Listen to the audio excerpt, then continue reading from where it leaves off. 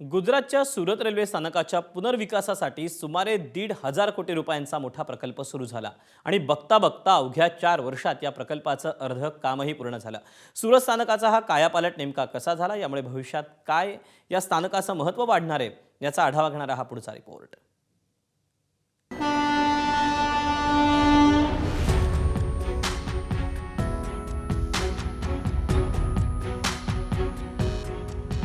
मुंबईतील अनेक रेल्वे स्थानकांचा पुनर्विकास ही काळाची गरज आहे। अनेक स्थानकांच्या पुनर्विकासाचा निर्णय घेण्यात आला, मात्र त्याची अंमलबजावणी अजूनही झालेली नाही। पण गुजरातच्या सुरत स्थानकात हेच चित्र उलट आहे। रेल्वे मंत्रालयाने काही महत्त्वाच्या स्टेशनचा पुनर्विकास हा नियोजित केलेला आहे आणि त्यामध्ये मुंबईतले, महाराष्ट्रातले देखील काही स्टेशन आहेत। आता यामध्ये अनेक स्टेशन आहेत, त्यापैकी केवळ मुंबईतल्या CSMT स्थानकाचा पुनर्विकासाचं काम हे आता सुरू आहे, एक्झिक्युशन लेवलवर आहे, काम सुरू करण्यात आलेलं आहे। पण मुंबईतल्या इतर स्थानकांचा विकास अजूनही झाला नाही, त्यांचं काम हे अजूनही कुठे ना कुठे पेंडिंग आहे, उशिराने झालेलं आहे आणि त्याला बरीच कारणं आहेत।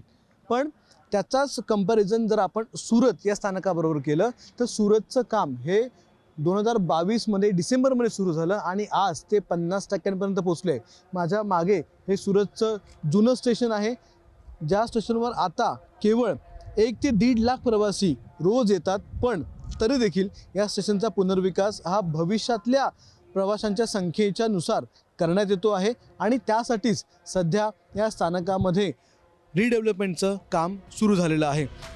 सुरत स्थानकाचा पुनर्विकास करून तिथे मल्टी मॉडेल हब तयार करण्यात येत आहे। 1,500 कोटींचा हा सुरत रेल्वे स्थानक पुनर्विकास प्रकल्प आहे। सुरत इंटिग्रेटेड ट्रान्सपोर्ट कॉर्पोरेशन अर्थात सिटको या कंपनीकडे हे काम देण्यात आलंय।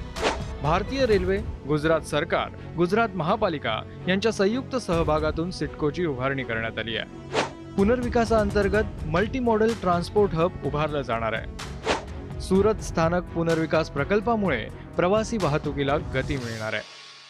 सूरत रेलवे स्टेशन का जो कनेक्टिविटी है, चाहे वो मेट्रो स्टेशन से हो, चाहे वो बस सर्विस से हो, वो इतनी बेहतर और इतना इंटीग्रेटेड हो कि यात्रियों को स्टेशन परिसर से बाहर ना जाना पड़े।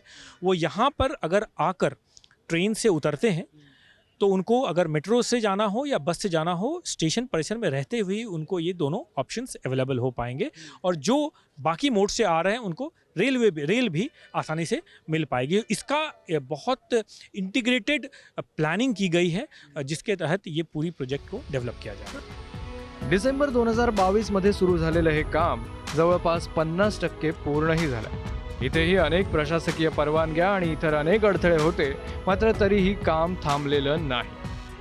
सध्या तरी या मल्टीमॉडेल हबचं बऱ्यापैकी काम पूर्ण झालं आहे। हेच मल्टीमॉडेल हबचं जे एक चांगलं सुंदर असं मॉडेल तयार करण्यात आलेलं आहे, ज्यामध्ये एक कंपनी स्थापन करून सगळ्यांना त्यामध्ये हिस्सेदार करण्यात आलं।